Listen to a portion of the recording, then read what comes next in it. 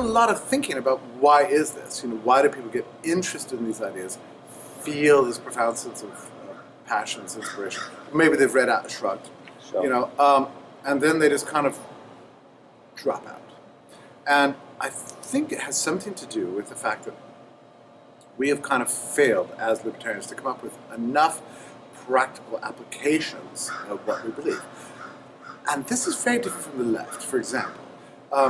The left is always really attached to the idea of individual action. So you should be cycling, you should dump your car and start driving a bicycle, you should sue your boss, whatever the hell it is, right? They've got all these, they've got a whole panoply of things, right? Sure. Libertarians, what do? We just go, oh, the government should stop doing this, and it should stop doing that, and it should stop doing that. The problem is, none of us control the government, so if you live your life just telling the government what it should and shouldn't be doing, you're basically useless.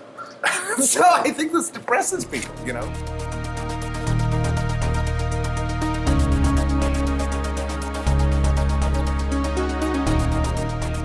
And it depends on the individual and your particular skill set, but my preferred path is entrepreneurship itself, because every act of entrepreneurship is basically a revolutionary act of disruption. Yes. You're taking on that status quo and saying, to hell with it, I'm going to make something new and glorious, and that's always outrunning the state. So within the world of commerce, you have an applied version of what liberty really looks like. So that's brilliant. But there are many other things to do also.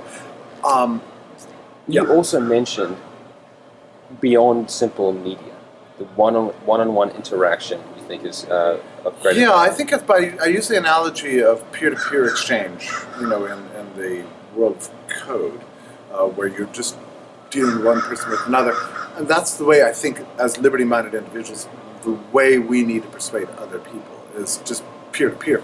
And I reject this model that somehow we should go around making enemies. I don't believe that.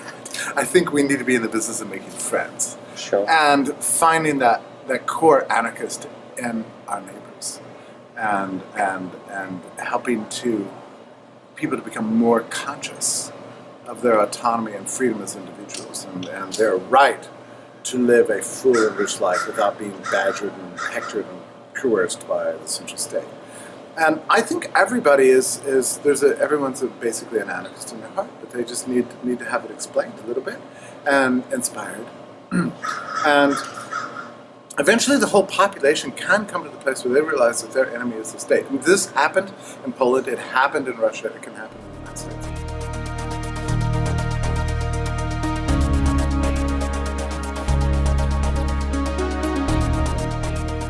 It's a new model because it's a hopeful model for pursuing the path of liberty. It's a constructive and progressive outlook.